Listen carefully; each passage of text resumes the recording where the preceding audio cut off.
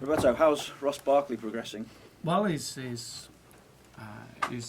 as you would expect, with such a physically such a strong boy that is recovered a lot quicker than we expected in the first few days. But obviously, the knee is still a little bit swollen, so it's a little bit too early to know how long it's going to be. I know that the reports about the 5 months. I don't know where was that coming from. That was never a message or an information.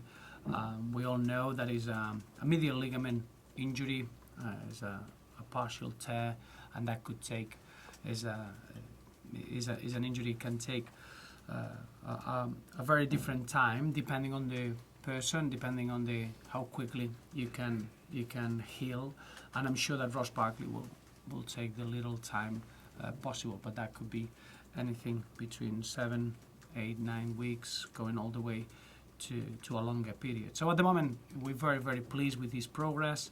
He's got his knee in a brace, and at the moment, every day is a day that we're getting a lot of benefit in his recovery. Other than that, how's the rest of the squad looking? Everyone is fully fit. Seamus Coleman, he was available. Obviously on Saturday, he made a short, brief appearance, but an important appearance just to see him that he was back to his full fitness, and I expect him to be available for the weekend. Darren Gibson has been working really well this week as well, and he's putting a lot of work in his own program. So apart from the long-term absentees of Brian Oviedo and Aruna Kone and Ross Barkley, everyone is ready in the squad for the weekend. Obviously, it gives you more options when everyone's fit, but a lot of discussion is centred around tactics. I mean, is it something that you look to alter week to week? Last season, you were praised, for instance, for the role you gave Romelu Lukaku against Arsenal at Goodison. Do you find that more teams are changing week to week as well? I don't know. I think that could be a little bit of a trend.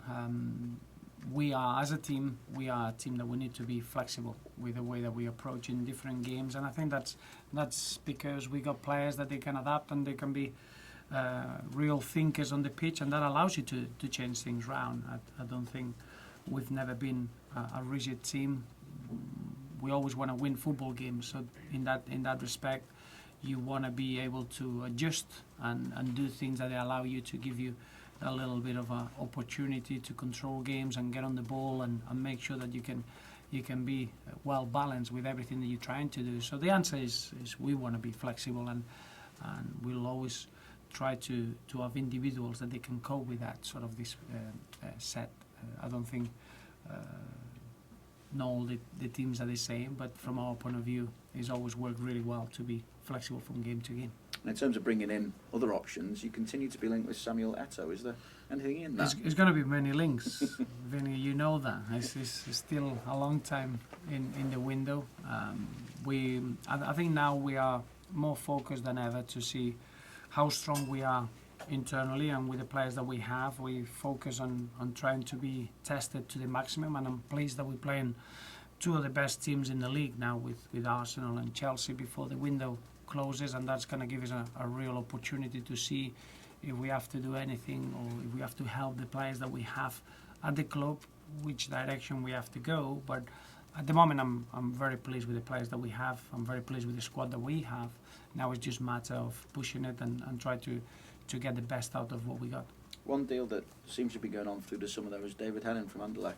What's the situation there? Well, we obviously with David, that's a completely different situation. He's a young man that we feel he's got a real good potential and he could fit really well in our structure. At the moment, there's nothing being done, but it's something that maybe we'll consider over the next 2 to 3 weeks. Is someone that we recognise his potential, but he wouldn't be a player to go into the first team. He would be more a player going into the development squad and making sure that he has a real future with the club if we do anything over the next few weeks. So what do you think the next 2 weeks will tell you about how well equipped you are to challenge the top four again this season? Well, that's what you need in football to face this sort of opposition, and what we saw at the weekend from our point of view is that we are really fluid in our possession. I thought the first half was a very good first half of football, and the only thing we need to change is maybe that mentality of keep going forward and keep scoring goals in the second half. we didn't get that second goal, that cushion that it could give us the 3 points. And I think you're looking at all the positives in the first half. I'm really excited looking at the game of the weekend. But it is true that until you play against sides like Arsenal and Chelsea, you don't have the answers on the pitch. I think as a team we're ready. I just feel that pre-season has been perfect in terms of what we needed. We only had the 3 specific cases of players arriving a little bit later, but even those 3, which is Tim Howard, Kevin Mirallas and Romelu Lukaku, they adapted quicker than what we expected. So all in all, it's been a real success. Now it's just making sure that we are as strong as a team as we can be, and you can only see that when you face opposition like the one we're gonna face at the weekend. Do you see Arsenal as title contenders, or do you go along with the score sort that seems to suggest that it's between Chelsea and City already this season? No, I don't agree with that. I agree with that the league is going to be a lot more open than people think. I think you're looking at the weekend, and the results don't reflect the performances at all. I think some teams got the 3 points where they were very fortunate, others that they were very unlucky not to get the full points. And I think that's what's going to be this season's competition. Very small margins that from week to week the changes could be huge on the table, and I see more probably 5 teams that they've got equal chances of winning the title, and it's just down to how the competition is going to develop, how the injuries and suspensions are going to affect in key moments, and I think it's going to go down to those sort of small margins. Even a decision that it doesn't go in your way could set you back a lot, and I do expect this competition to be the tightest that we've ever seen. In terms of those small margins, is it to your advantage that Arsenal are involved in such an important Champions League qualifier as well? This game falls between those 2 legs. It depends how you look at it. I think I'm looking at Arsenal with experience and the know-how that they have. I don't think that's going to affect them in a negative way at all, because they got a big enough squad to cope with that, and they got the mentality to cope with that. If anything, it could be a positive, because you can get rid of that rustiness and you can get you into a real competitive frame of mind straight away. Sometimes you're looking at teams like Arsenal, that they are top teams, and probably you want to play them early in the season when they are not hitting their full potential. But clearly when you're involved in such an important game like it was in Turkey, you see them reaching full levels very quickly, and that could be a negative for us. So I don't see it as going one way or another.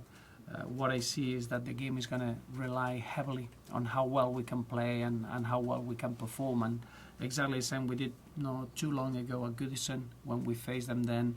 I think we need to replicate that sort of level of performance. We took 4 points off them last season as well, which was again, I suppose, highlighted as a mark of progress, wasn't it? Well, I think all the games against Arsenal, remember we faced them in the FA Cup as well. I think all the games were, from a technical point of view, were as good as you're going to see in the league, and that was a real joy to watch. All 3 games were phenomenal in terms of those technical standards as a team, full of goals as well, and always exciting and good to watch. And I don't expect anything different, because the philosophy of the 2 teams is quite clear. Both teams will want to impose themselves on the ball, they'll want to win the game, and that only leaves you with a game that is going to be really exciting to watch. And with Seamus match fit, in line for a 100th Premier League start, which is it shows the levels of consistency he's reached. I can guarantee you he will get that milestone if he want, but we don't know if he's going to be this weekend or not. Does he have a fight on his hands to get back into that starting lineup? Well, everyone has, and I think that's what we got this season. I do feel that we got more or less 2 players per position, and once everyone is fully fit, that's something that we want to develop within the squad. That everyone that is in that starting 11 knows that he can't take his position for granted, and he really needs to perform and really needs to enjoy his football while he's on the pitch. So I'm hoping that he is not a straightforward starting in the first 11 for any player at the club. Is it fair to say if you get 6 points from the next 2 games that you probably won't be buying anybody new from what you've said there? No, because it depends on how how the injury players progress. That's with all honesty. We're keeping a close eye on how Brian Oviedo is doing and how Aruna Kone are doing. If they are players that they'll be immediately involved with the first team, that's a completely different situation. That if they're gonna take a bit longer to get fully fit, so that will be the first. And the second is that we'll always try to help the players that we got at the club. But it's fair to say now that I'm delighted with the squad that we have. So it's more assessing if we need extra help or we need an extra dimension in what we want to do.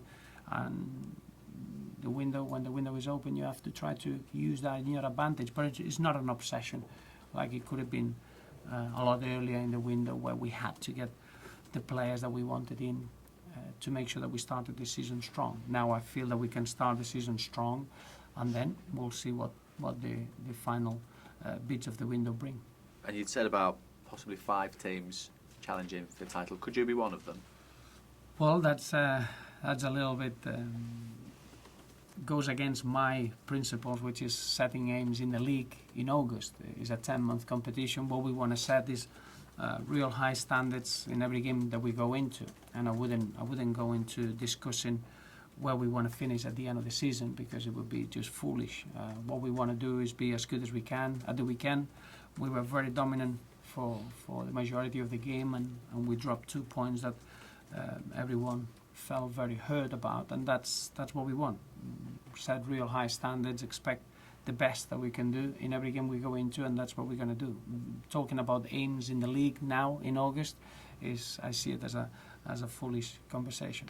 Just finally then for me, we spoke about Ryan Ledson towards the back end of last season, a new contract for him. How near is he now to that first team place? He's a real talent. He is a real talent, and it's not just a talent because of what he did last season. He's a real talent for what he's done in pre-season, working with the under-21s already and working with the first team at times, and he's someone that we need to give him time to enjoy his football, to fulfill his potential. He had a real good role with the under-17s in playing for England, and we recognise that sort of talent at the club. I think he's one of the 4 or 5 players that they got a real good opportunity to be important in the first team level, but we're going to be very much conscious that the time that they need to develop and be ready for whenever they get the opportunity, rather the other way around, just promoting them quickly because they've done something well. It's a bit, we need to give cautious, we need to give time. He's deserved and he's earned that professional contract, and now we just want him to enjoy his football and carry on progressing. Is that when this EDS league is going to be quite important for him, this elite league, the under-21s? It is, of course. Every step in your career is important. I think now it becomes a pivotal time in his career, and any player of his that age is that tactical awareness. Up to this point, is a bit more of developing with the players around you and making sure that you can be effective. Once you get into this age group now, is trying to be outstanding at something to make sure that you got a role in the first team, and that's what we're working towards. Try to get that tactical awareness that he needs to develop to become outstanding in what he's good at, and that's where the under-21s with the new rules and the new competition is going to be perfect for the next 6 months. Roberto, how far away are Brian Oviedo and Aruna Kone from being able to play again? That's a very good question, and I think at the moment it's impossible to give a straight answer. That's why we need to be a little bit open-minded with what we do in the window. Brian is progressing really, really well, and Aruna progressing really well. So well that they're already joining the group sessions. From that to be able to play in a competitive game, I think is a gap that will be very difficult for us to answer unless we get a lot of attention in the day-to-day work. So difficult to tell at this point. Is there a point with Aruna where you say, if he's still not fit, we need to bring in another striker now? Well, of course, that comes into the thinking, but as I say, we got a bit of our time. The next 2 weeks are vital towards that. It's important that Aruna is fully fit. It's important that he can show what he can do, and every Evertonian, they've been so supportive to try to see him on the football pitch, and we're all desperate to see that happening. But it is true that over the next 2 weeks we need to make sure that we take that in consideration, bearing in mind the transfer window will close. Roberto, just on Arsenal, how big an impact do you think Alexis Sanchez could have this season? I think Alexis Sanchez has got that big game mentality, and I think that's important in any squad.